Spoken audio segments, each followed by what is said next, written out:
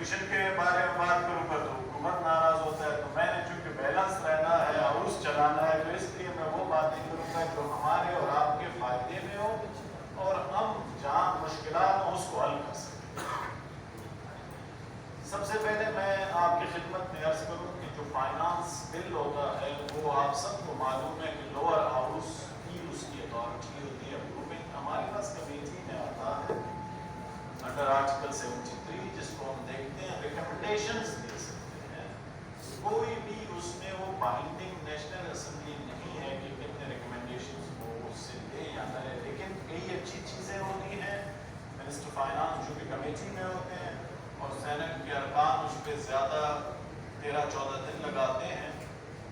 اور خوشی کی بات یہ ہے کہ پاکستان کے ہر حصے سے بزنس مین، پرائیویٹ سیکٹر کے لوگ، عام شہری بھی اس میں جب کوئی چیز بیچتے ہیں تو سینٹ کی جو کمیٹی ہے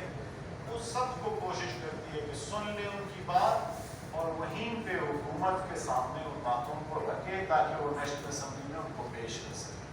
جس کا بھی زبیر صاحب نے بتا ہی دیا کہ انہوں نے جب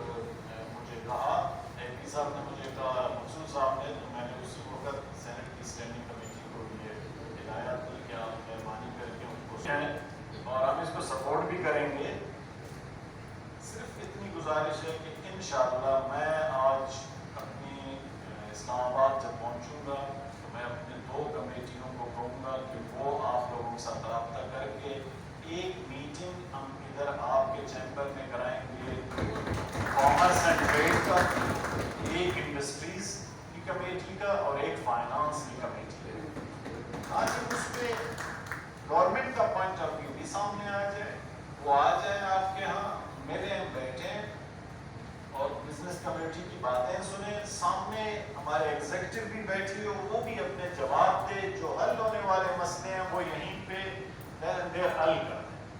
ورنہ ہماری جو سینٹ کی کمیٹی ہے وہ ان کو انچیز بھی کر سکیں گے، ان کو اکاؤنٹیبل بھی کر سکیں گے انشاءاللہ. دوسری آپ نے کہا کہ جی آپ اپنے کمیٹیز میں بلائیں، تو میں آج آپ کو بتاؤں جب بھی آپ کو کوئی ایشو ہو